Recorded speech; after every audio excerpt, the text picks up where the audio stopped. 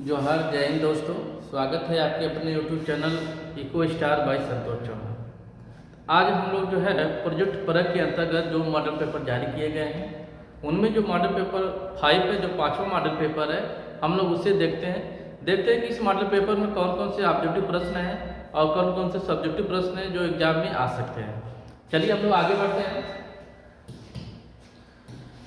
पहला प्रश्न है, उपयोगिता के क्रमवाचक विश्लेषण का प्रतिपादन किसने किया था। तो उपयोगिता क्रमवाचक होती है, इसको कहते हैं हिक्स एवं एलन कहते हैं, हिक्स और एलन। तो पहले का सी आंसर होगा। बाकी जो मार्शल है ये उपयोगिता को गणनावाचक मान के चलते हैं। दूसरा प्रश्न, उपभोक्ता की आय बढ़ने से किस प्रकार की वस्तुओं की मांग घटती है। जब उपभोक्ता की आय बढ़ती है तो घटिया वस्तुओं की मांग कम हो जाती है। तो दूसरे का आंसर होगा घटिया वस्तु। आगे बढ़ते हैं हम लोग।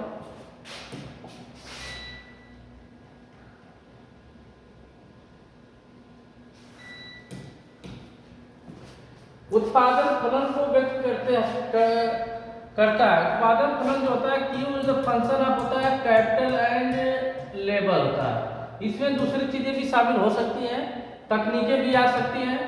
हम विकल्पों को देखते हैं। Q is the function of demand, ये गलत है। Q is the function of price, ये भी गलत है। इनमें से कोई नहीं, ये भी गलत है। यहाँ देखते हैं Q is the function of labour आया है, कैपिटल आया है, लेबर आया है, कैपिटल आया है। तकनीक भी हो सकती है, तो यहाँ पे तकनीक भी एन और ई भी है। तो यहाँ पे देख रहे हैं ये वाला जो समीकरण है यही जो है उत्पादन फलन को सही तरीके से व्यक्त कर रहा है। तो तीसरे का जो आंसर होगा वो बी होगा। चौथा, किस बाजार में AR बराबर MR होता है। औसत आय सीमांत आय के बराबर होती है, तो वो बाजार होता है पूर्ण प्रतियोगी बाजार। तो पूर्ण प्रतियोगी बाजार, चौथे का ए आंसर होगा। पांचवा, पूर्ति अपने लिए मांग का सृजन स्वयं करती है, तो इसे कहा था जेबी से ने कहा था, जेबी से ने डी। छठा, निम्नलिखित में से किस कर को कागजी कर कहा जाता है। तो संपत्ति कर को कागजी कर कहा जाता है। तो छठे का राइट आंसर होगा सी, संपत्ति कर। सातवां, अर्थशास्त्र की भाषा में निवेश शब्द से क्या अभिप्राय है। निवेश का मतलब होता है पूंजी के स्टॉक में होने वाली वृद्धि। तो पूंजीगत वस्तुओं के स्टॉक में वृद्धि। तो सातवें का डी आंसर हो जाएगा। आठवां, वस्तुओं और सेवाओं के अंतरराष्ट्रीय लेन देन के संतुलन को क्या कहा जाता है। तो जहाँ पे वस्तुओं और सेवाओं की बात की जाएगी, इनके संतुलन की बात की जाएगी, तो इसको बोलते हैं व्यापार संतुलन। तो आठवें का राइट आंसर होगा सी।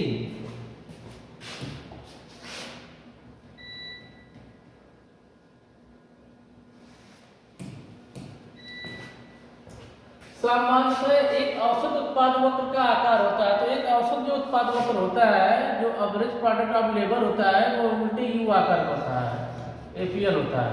इसी के ऊपर से एमपीएल आता है, इसको काटता है एमपीएल। दोनों ही वक्र जो एपीएल और एमपीएल दोनों ही उल्टे यू आकार के होते हैं, तो होगा उल्टा यू होगा, यानी डी आंसर होगा।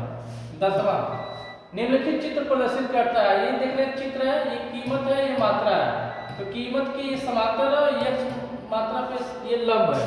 तो यहाँ देख रहे हैं कीमत में जितना भी परिवर्तन कर रहे हैं, मात्रा में कोई परिवर्तन नहीं हो रहा है। तो इसको बोलते हैं पूर्तियां बेलोचदार बोलते हैं। क्या बोलते हैं? पूर्तियां बेलोचदार। तो 10वीं का राइट आंसर होगा ए, पूर्तियां बेलोचदार होगा। बात करेंगे पूर्तियां लोचदार की स्थिति में, तो ये महारेखा जो होती है ये वाली, ये इस तरह हो जाएगी, ये इसके समांतर हो जाएगी। 11वां देखते हैं, आर्थिक महामंदी किस वर्ष में उत्पन्न हुई थी। ये मंदी आई थी 1929 में आई थी, यानी 11 का ए हो जाएगा। आगे बढ़ते हैं।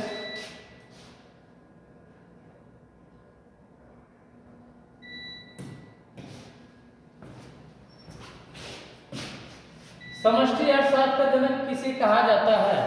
तो समष्टि अर्थशास्त्र का जनक जो है जेम्स कीन्स को कहा जाता है। अर्थशास्त्र का जनक के लिए बात एडम स्मिथ है, अर्थशास्त्र का जनक एडम स्मिथ है, लेकिन जब बात करेंगे समष्टि अर्थशास्त्र का जनक तो होंगे James Keynes, John Maynard Keynes होंगे।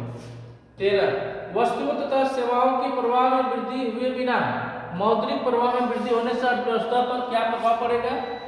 जब हम अर्थव्यवस्था में मौद्रिक प्रभाव करेंगे, यानी मुद्रा की पूर्ति को बढ़ा देंगे और वस्तु सेवाओं की पूर्ति को नहीं बढ़ाएंगे, तो ऐसी स्थिति में अर्थव्यवस्था में मांग जनरेट होगी, जिसके कारण जो वस्तुओं सेवाओं की मांग बढ़ने से उनकी कीमतें बढ़ जाएंगी कीमतें बढ़ने का मतलब है मुद्रास्फीति आ जाएगी, इन्फ्लेशन आ जाएगा। तो मौद्रिक प्रवाह जब होगा, इन्फ्लेशन आएगा, मुद्रास्फीति आएगी। तो 13 का आंसर होगा ए। 14 राष्ट्रीय आय को जनसंख्या से भाग करने पर क्या प्राप्त होता है? राष्ट्रीय आय में जब जनसंख्या से भाग करेंगे तो हमको मिल जाएगा प्रति व्यक्ति आय मिल जाएगी। तो 14 का ए आंसर हो जाएगा। आगे हम देखते हैं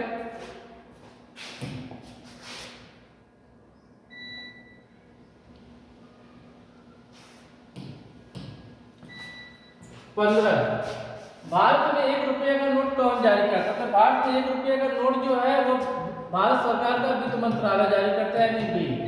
बाकी जो भारतीय रिजर्व बैंक है ये 2 रुपया या 2 से अधिक रुपये की मुद्रा जारी करता है।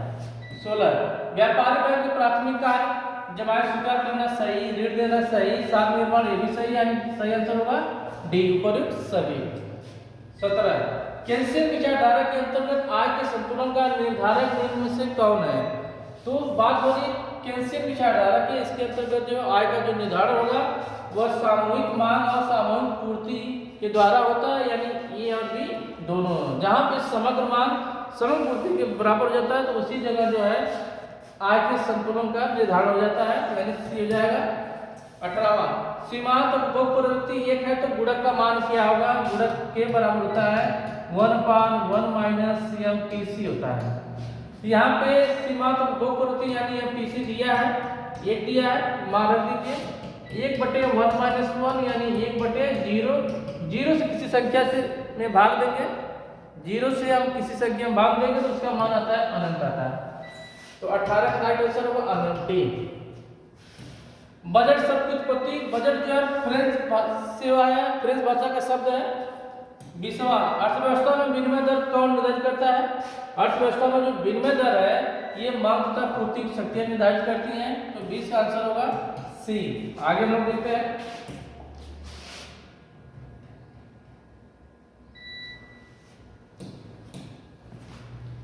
21 उत्पादक संभावना वक्र का ढाल जो होता है बाएं से दाएं नीचे की तरफ गिरता है, बाएं से दाएं, दाएं से बाएं, नीचे से ऊपर, ऊपर से नीचे। तो उत्पादक संभावना वक्र जो ढाल होता है बाएं से दाएं गिरता है, कुछ इस तरह से होता है, इस तरह बाएं से दाएं गिरता है।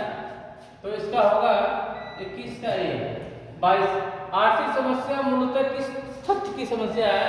तो आर्थिक समस्या चुनाव की है, किसके चुनाव की? साधनों के चुनाव की।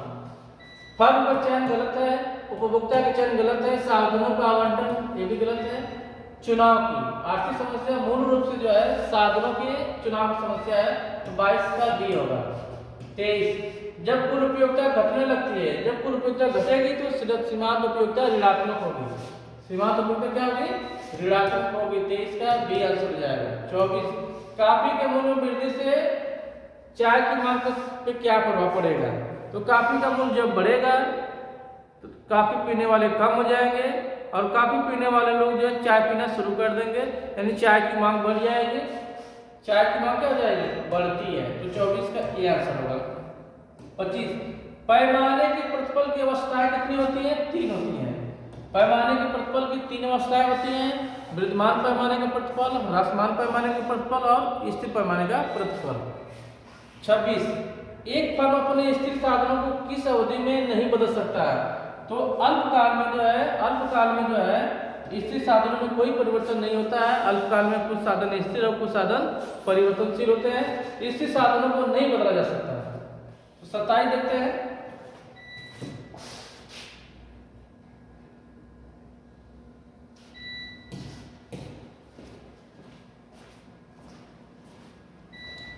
27 फर्म के संतुलन की प्रथम शर्त यही है कि MC बराबर या बात होना चाहिए।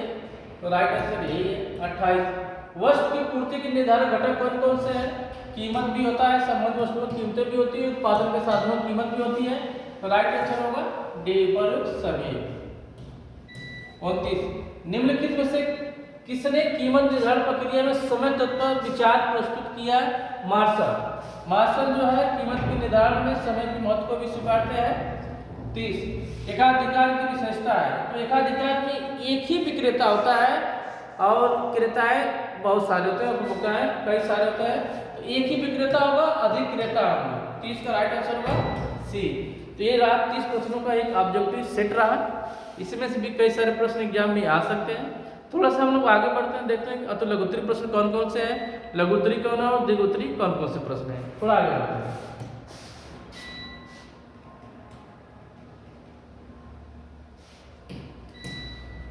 इसी तरह एग्जाम में भी प्रश्न आएंगे। अतः लघुत्तरी यहाँ पे देख सकते हैं 6 प्रश्न हैं। सकल राष्ट्रीय उत्पाद, वस्तु विनिमय प्रणाली, किसी वस्तु की पूर्ति को प्रभावित करने वाले कारक, खुली अर्थव्यवस्था, मांग की कीमत लोच, एक फूड प्रतियोगिता बाजार में श्रम की उच्चतम मात्रा किस प्रकार निर्धारित होती है। ये सारे प्रश्न हैं, देख लीजिएगा, इनके आंसर आप लोग ढूंढ लीजिएगा। इसमें से कई सारे प्रश्न आ सकते हैं।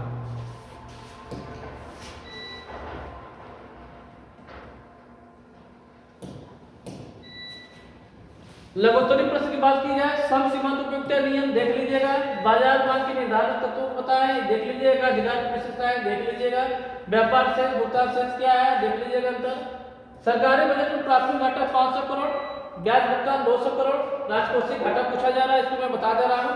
अल्पकालीन सीमांत लागत वक्र न्यू आकार का क्यों होता है देख लीजिएगा, मैं बाकी 31वां प्रश्न में बता दे रहा हूँ। प्राथमिक घाटा कितना है 500 करोड़ का, ब्याज भुगतान कितना है 200 करोड़ का, राजकोषीय घाटा पूछा जा रहा है। तो राजकोषीय घाटा में क्या करेंगे, प्राथमिक घाटे में जब ब्याज भुगतान को जोड़ दिया जाता है तो इसी बोलते हैं राजकोषीय घाटा, यानी 500 और 200 को जोड़ देंगे तो हो जाएगा 700 करोड़। तो राजकोषीय घाटा कितना हो जाएगा 700 करोड़ का हो जाएगा। आगे बढ़ देखते हैं।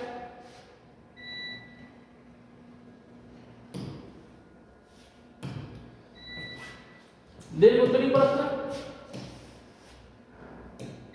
किन्हीं 4 प्रश्नों के उत्तर दें। व्यावसायिक बैंकों के कारक वर्णन देख लीजिएगा, मांग रेखा नीचे दाहिनी ओर क्यों गिरती देख लीजिएगा, गुणक क्या है, यह एमपीसी से किस प्रकार संबंधित होता है, 46 एकाधिकार तथा फुटपाथों बाजार की तुलनात्मक स्थिति का अध्ययन करें, जीडीपी से राष्ट्रीय आय की गणना आप कैसे करोगे व्याख्या कीजिए देख लीजिएगा, सरकारी बजट क्या है, इसके मुख्य उद्देश्य क्या है। ये कई सारे प्रश्न हैं।